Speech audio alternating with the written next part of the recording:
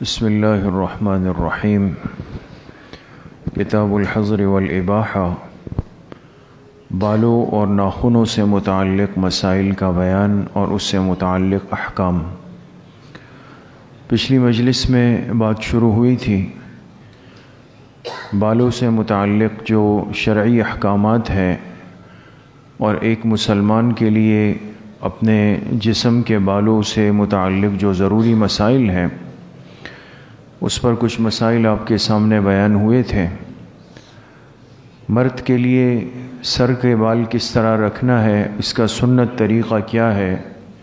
اور اس میں غیر شرعی طریقہ کون سا ہے۔ اسی طریقے سے مستورات کے بالوں سے متعلق، پھر مرد کے لیے مونچھوں سے متعلق مسئلہ بیان ہوا۔ داڑھی سے متعلق بات آپ کے سامنے آئی کہ ایک مشت سے کم کرنا حرام ناجائز ہے، اور البتہ وہ بال جو دائیں بائیں اس طرح بڑھ جائے تو اس کو سنوار لینا، برابر کر لینا یہ جائز ہے، نوک پلک اس کی سنوار لی جائے۔ اسی طریقے سے یہ مسئلہ آپ کے سامنے آخر میں عرض ہوا تھا کہ مرد کے چہرے کے رخسار پر یعنی گالوں پر جو بال آتے ہیں تو یہ گالوں کے بال ہٹا لینا اس کی بھی گنجائش ہے، اس کو ہٹا سکتے ہیں، یہ جائز ہے۔ اچھا، اسی طریقے سے ایک اہم مسئلہ داڑھی سے متعلق یہ ہے کہ بعض بال آتے ہیں حلق پر۔ یہ جو داڑھی کی حد ہے تو آپ جانتے ہیں کہ گردن اور چہرے کے درمیان ایک حد فاصل ہے۔ اب یہ جو حلق پر بال ہوتے ہیں اس سے متعلق یہ بات یاد رکھنی چاہیے کہ جو بال داڑھی کے اتنے بڑھ جائے جو نیچے داڑھی گلے کی طرف آنے لگ جائے، نیچے کی طرف، تو ان بالوں کو صاف کر لینا، چاہے استرے سے ہو، چاہے مشین سے ہو، چاہے قینچی سے ہو، وہ جائز ہے، وہ درست ہے۔ البتہ وہ بال جو بالکل یہ جڑے ہوئے ہیں، جیسے آپ دیکھ لیں یہ گلے کی حد یہاں سے شروع ہو رہی ہے نا، یہ تو یہاں تک لے سکتے ہیں آپ، باقی اس سے اوپر جو حد ہے وہ داڑھی کی حد ہے۔ بعض اس کو بالکل اوپر تک لے آتے ہیں استرے سے یا مشین سے، تو وہ صحیح نہیں ہے، وہ داڑھی کا حصہ ہے۔ لیکن جو بال گلے کے اوپر آئیں گے تو اس کو لے سکتے ہیں، اس کو صاف کرنا، برابر کرنا یہ درست ہے، وہ داڑھی کا حصہ نہیں ہے۔ اسی طریقے سے اگر داڑھی میں سفیدی آ جائے عمر کی وجہ سے تو ان سفید بالوں کو خاص طور پہ چننا، جیسے ہوتا ہے نا بعض وہ سفید بالوں کو چن رہا ہے، کالوں کو چھوڑ کے ان سفید کو چن چن کے الگ کر رہا ہے، کاٹ رہا ہے، چاہے قینچی سے ہو یا کسی اور ذریعے سے ہو، تو یہ منع ہے، یہ درست نہیں ہے کہ صرف سفید بالوں کو چن چن کے داڑھی سے الگ کر دیا جائے، اگر بشرطے کہ وہ عمر کی وجہ سے ہو۔ اور یہ مسئلہ آگے آ بھی جائے گا کہ فقہا نے یہ بات بالکل واضح طور پہ لکھی ہے کہ 40 سال کی عمر کے بعد جو سفیدی ہے یہ عمر کے اعتبار سے ہے، یہ عمر کے اعتبار کی سفیدی ہے۔ 40 سے پہلے کی جو سفیدی داڑھی یا سر کے بالوں میں ہے یہ بیماری کی وجہ سے ہے۔ جیسے آج کل ہماری کراچی میں آپ دیکھتے ہیں کہ 20 22 سال 25 سال کے نوجوان بچے، ان کے بال بالکل سفید ہو جاتے ہیں، تو موسم کا تقاضا ہے، نزلہ زکام اور مختلف چیزیں جو بیان ہوتی ہے، بہرحال تو 40 سال سے پہلے جو بالوں میں سفیدی آئے وہ تو ایک بیماری کی وجہ سے ہے، اور جیسے ہر بیماری کے لیے انسان کوئی علاج کرتا ہے، ازالہ کرتا ہے، جائز ہے، تو یہاں بھی جائز ہے۔ تو فقہا نے، مفتیان اکرام نے لکھا ہے کہ 40 سال کی عمر تک جو سفیدی آ جائے تو اگر انسان اس کو زائل کرنے کے لیے کوئی بھی خضاب لگائے، یہاں تک کہ سیاہ رنگ بھی استعمال کرے تو جائز ہے، اس لیے کہ وہ بیماری کی وجہ سے۔ لیکن 40 سال کے بعد کی سفیدی وہ عمر کے اعتبار سے، اب وہ شرعی ترتیب شروع ہو گئی، تو 40 سال کے بعد خالص سیاہ رنگ لگانا یہ منع ہے، خالص سیاہ رنگ۔ اس کے علاوہ باقی کوئی بھی کلر ہے، لائٹ براؤن ہے، ڈارک براؤن ہے، گرے ہے، جو بھی ہے، سرخ رنگ کی مہندی ہے، جو بھی ہے، وہ بالکل لگا سکتے ہیں، اور اس کا لگانا بھی احادیث سے، سنت سے اور جناب رسول اللہ صلی اللہ علیہ وسلم سے صحابہ اکرام سے ثابت ہے، تو وہ لگا سکتے ہیں۔ تو اس لیے اگر کسی کی داڑھی کے بال سفیدی آنا شروع ہو جائے اور وہ عمر کی وجہ سے ہے اور وہ اس کو چن چن کے الگ کر رہا ہے تاکہ محسوس نہ ہو کہ مجھ پہ بڑھاپا آ رہا ہے، تو ایسا کرنا یہ منع ہے۔ صرف فقہا نے لکھا ہے کہ جو مجاہد میدان جہاد میں کافروں سے برسر پیکار ہوتا ہے، دشمن سے مقابلہ کر رہا ہوتا ہے، تو ظاہر سی بات ہے کہ جہاد کا تو سارا دار و مدار ایک رعب اور دبدبے پر ہے، اس میں تو کمزوری نہیں چلے گی۔ دشمن پر جس طریقے سے رعب ڈال سکتا ہے، اور ظاہر سی بات ہے دشمن کو ایک اپنے آپ کو جوان بنا کر پیش کرنا، طاقتور بنا کر، یہ ضروری ہے بجائے اس کے کہ انسان کمزور بنا کے پیش کرے۔ تو صرف فقہا نے میدان جہاد میں لڑنے والے مجاہد کو مستثنیٰ کیا ہے کہ وہ 40 سال کے بعد بھی اگر اپنے بالوں کو سیاہ کرے یا سفید بالوں کو چن لے تو اس جہاد کے عمل کی وجہ سے اس کے لیے بہرحال گنجائش ہے۔ سمجھ میں آ گئی مسئلہ؟ اچھا، اسی طریقے سے اب ایک اہم مسئلہ ہے کہ اللہ پاک نے انسان کے جسم کے جو باقی حصے ہیں، یہ تو چونکہ سر وہ حصہ ہے چہرہ جو عام طور پہ نظر آتا ہے، اور اسی میں سر کے بال ہے، داڑھی کے بال ہے، مونچھوں کے بال ہے، زیادہ تر احکامات اسی سے ہے۔ لیکن جسم کے جو باقی اعضاء ہے اس پہ بھی، مرد کے جسم پر اس پہ بھی بال آتے ہیں، تو ان بالوں سے متعلق کیا حکم ہے؟ اگر ناک کے بال، ناک میں بھی بعض دفعہ بال ہوتے ہیں چھوٹے وغیرہ، تو اگر یہ بڑے ہو جائیں، عیبدار لگے ناک کے بال جو مرد کے ہوتے ہیں، تو فقہا فرماتے ہیں کہ اس کو کسی چیز سے نوچے نہیں۔ نوچنا ایک ہوتا ہے نا، ایک لوہے کی چیز ہوتی ہے، بعض لوگ اس سے نوچتے ہیں، تو یہ منع لکھا ہے۔ اگر ناک کے بال ہو اور وہ بڑے ہوں، باہر نظر آئے، عیبدار لگے، تو اس کو قینچی وغیرہ سے تراش لیں، ناک کے بالوں کو۔ سمجھ گئے آپ حضرات؟ اس کو کسی چیز سے اکھیڑے نہیں، کھینچے نہیں، نوچے نہیں۔ یہ شرعی اعتبار سے بھی درست نہیں ہے اور طبی اعتبار سے بھی اس میں نقصانات ہیں۔ اسی طریقے سے وہ بال جو مرد کے اگلے اور پچھلے یعنی سینے پر یا کمر پہ بال آ جاتے ہیں، کسی کے زیادہ ہوتے ہیں، کسی کے کم ہوتے ہیں، ہر انسان کی طبیعت کا، خون کی حرارت کا فرق ہوتا ہے۔ تو اب ایک مرد کے لیے سینے کے بال یا کمر کے بال ہے اور اس کو ایک بے چینی ہوتی ہے، خاص طور پہ جیسے گرمی وغیرہ کے موسم میں، یا وہ ایسے کام میں ہے کہ جس کی وجہ سے بہت زیادہ پسینہ جمع ہوتا ہے، تو اگر مرد اپنے سینے کے یعنی جسم کے اگلے حصے کے بالوں کو صاف کرے یا کمر کے بالوں کو صاف کرے مشین سے یا کوئی چیز پاؤڈر وغیرہ استعمال کر کے اس کو جدا کرے تو جائز ہے، لیکن خلاف اولا لکھا ہے اس کو۔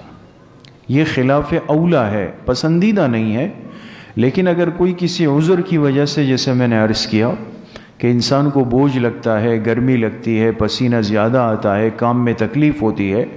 اس وجہ سے اگر یہ سینے اور کمر کے بالوں کو بالکل صاف کر دے کسی بھی ذریعے سے تو بہرحال جائز ہے، گنجائش ہے اس کی۔ اسی طریقے سے جسم کے جو باقی حصے ہیں، جیسے ہاتھوں پہ آ جاتے ہیں، پیروں پہ آتے ہیں مردوں کے، تو ان کا حکم کیا ہے؟ ان کا حکم بھی یہی ہے کہ ان کو چھوڑنا اولا ہے، افضل ہے، کہ پیروں کے پر بال آئے ہوئے ہیں، گھٹنوں پر ہے یا اس سے اوپر ہے،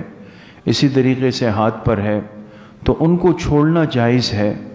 اور اگر کوئی کسی وجہ سے اس کو ہٹاتا ہے تو اس کی بھی بہرحال گنجائش ہے، اجازت ہے۔ یہ اتنا یعنی کوئی ایسا مسئلہ نہیں ہے کہ جس میں انسان اپنے آپ کو پریشان کرے۔ البتہ دو اعضاء کے بال ایسے ہیں کہ جو صاف کرنا بہت ضروری ہے اور جس میں کمزوری کوتاہی پر سخت وعید آئی ہے، ایک بغل کے بال اور ایک زیر ناف بال۔ ان دونوں کی صفائی اس امت کے بالغ مرد عورت پر لازم کی گئی ہے، اور چونکہ یہ ایک بلوغ کی علامت بھی ہوتی ہے، لہذا بغل کے جو بال ہے اس کو صاف کرنا مرد کے لیے ضروری ہے، اور بہتر افضل یہ ہے کہ ہر ہفتے میں یا 15 دن میں ایک مرتبہ انسان ان بالوں کی صفائی کر لے، بغل کے بالوں کو لے لے۔ اب بغل کے بالوں میں فقہا نے لکھا ہے کہ مرد کے لیے مرد کے لیے بغل کے بالوں میں اولا یہ ہے کہ وہ کسی ذریعے سے اس کو اکھیڑ دیں، نوچ کر نکالیں، یہ بہتر ہے۔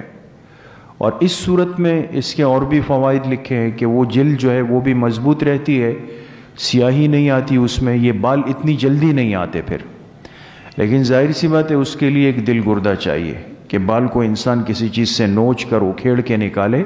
اس کے لیے پھر طاقتور آدمی ہو جو اس تکلیف کو برداشت بھی کر سکے۔ تو بہتر تو یہ ہے کہ بغل کے بال انسان کسی چیز سے نوچ کر کھینچ کر نکالے، ایسے آلات ہوتے ہیں،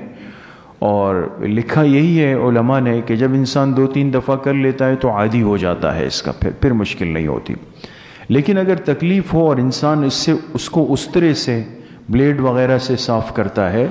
تو بھی کر سکتا ہے، بالکل اصل مقصود صفائی ہے کہ بغل صاف ہونے چاہیے۔ بعض لوگ اس میں بہت زیادہ کمزور ہوتے ہیں، اس کی بالکل مردوں جوان ساتھیوں کو تو، نوجوانوں کو مسائل کا ادراک بھی بہت کم ہے، تو وہ تو اسی طرح بس گھوم رہے ہوتے ہیں، کتنے عرصے بعد موقع ملا تو پھر صفائی کر لی، تو یہ مسائل بہرحال ہے۔ اس لیے 40 دن تک اگر نہیں کاٹے اور وہ اوپر ہو گئے تو پھر حرام ہے، اور اس کی وجہ سے گناہ لازم آئے گا، تو یہ احتیاط بہرحال ضروری ہے۔ اسی طریقے سے مسئلہ زیر ناف بال، جو اللہ پاک کی طرف سے ایک ایسا نظام ہے کہ شرمگاہ کے ارد گرد بال آتے ہیں، تو زیر ناف بال جو ہیں ان کی صفائی بھی مردوں کے لیے، مستورات کے لیے، سب کے لیے فرض ہے۔ اور بہتر یہ ہے کہ اس صفائی کو انسان ناف کے نیچے سے ہی شروع کر دے۔ ویسے شرعی اعتبار سے یہ بات یاد رکھیں، چونکہ آپ حضرات ماشاءاللہ سمجھتے ہیں بات کو اور ذہن میں آ جاتی ہے، کہ اصل ان بالوں کی صفائی کی حد ناف کے نیچے سے نہیں ہے، بلکہ آپ نے دیکھا ہوگا پیٹ ختم ہوتا ہے اور مثانہ شروع ہوتا ہے نا؟ تو جو مثانہ جہاں سے آغاز ہوتا ہے نا، وہ حد ہے آغاز کی۔ لیکن احتیاطاً تمام فقہاء نے، علماء نے یہی تعبیر کی، چونکہ وہ جگہ ایسی ہے کہ اس کو بیان کرنے میں بھی حیا اور ستر کا لحاظ رکھا جائے، تو بس آسان یہ کہ زیر ناف،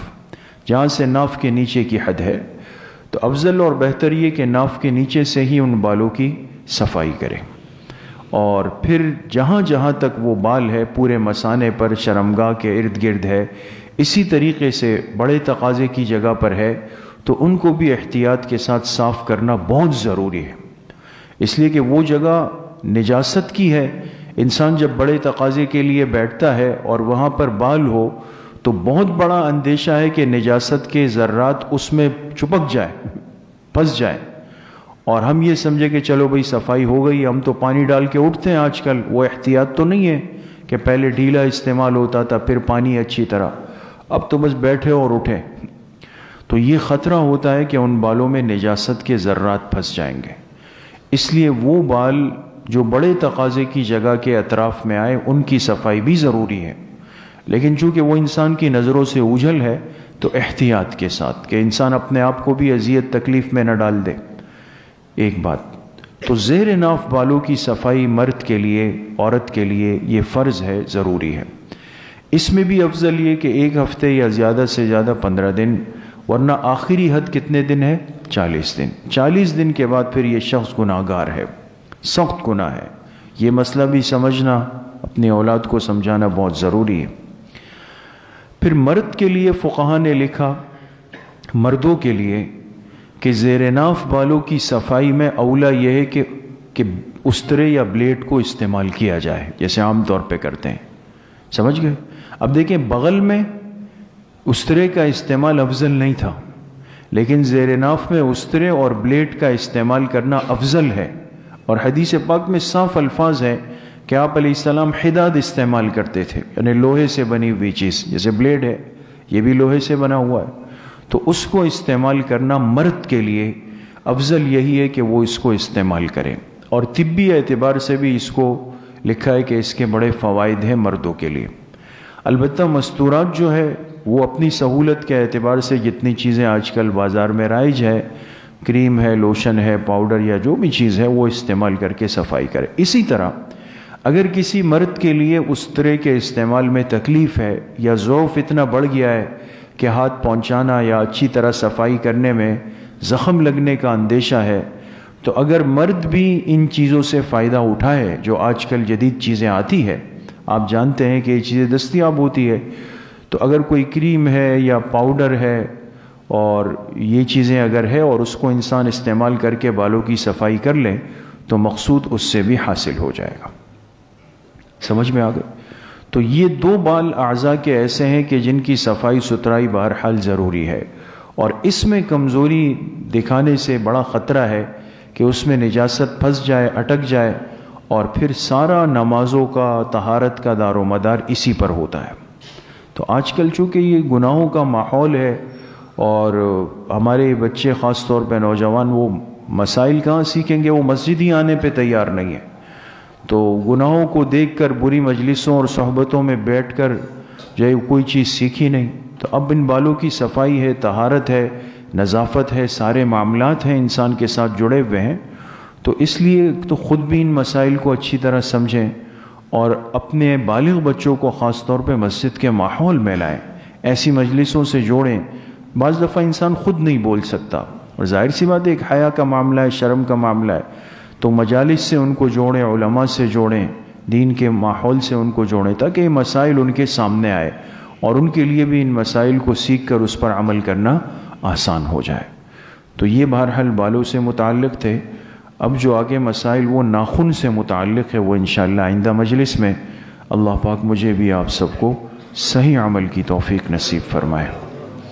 الحمدللہ رب العالمین والصلاة والسلام علی سید الانبیاء والمرسلین سیدنا و مولانا محمد۔